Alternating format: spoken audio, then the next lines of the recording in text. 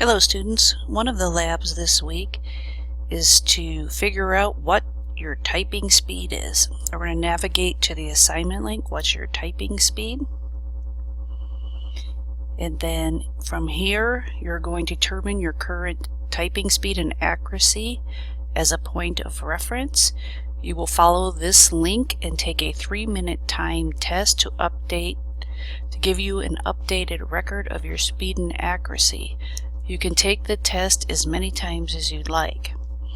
Once you finish taking the test, you're going to construct an email using the tips provided from the handouts in the module, and then you will attach the Word file to that email and send it to your instructor.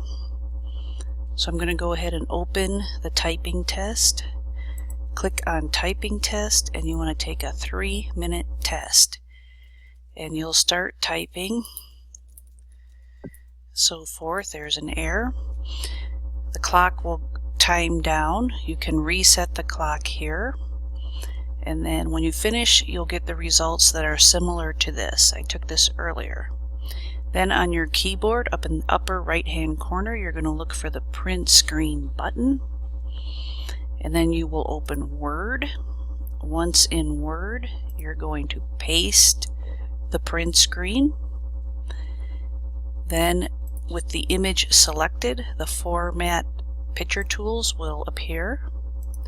Click on the Crop button. I'm going to crop in to just show my results. And then just click off. You're going to save the image as a Word doc with your name, typing test. And then we'll go over to here. You want to click compose, and then you're going to send this to teachers, your instructor, your subject, results of timed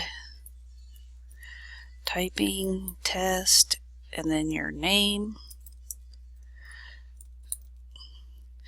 And then you're going to construct a proper business email using the tips provided in the handouts from the module. Then you're going to attach your results.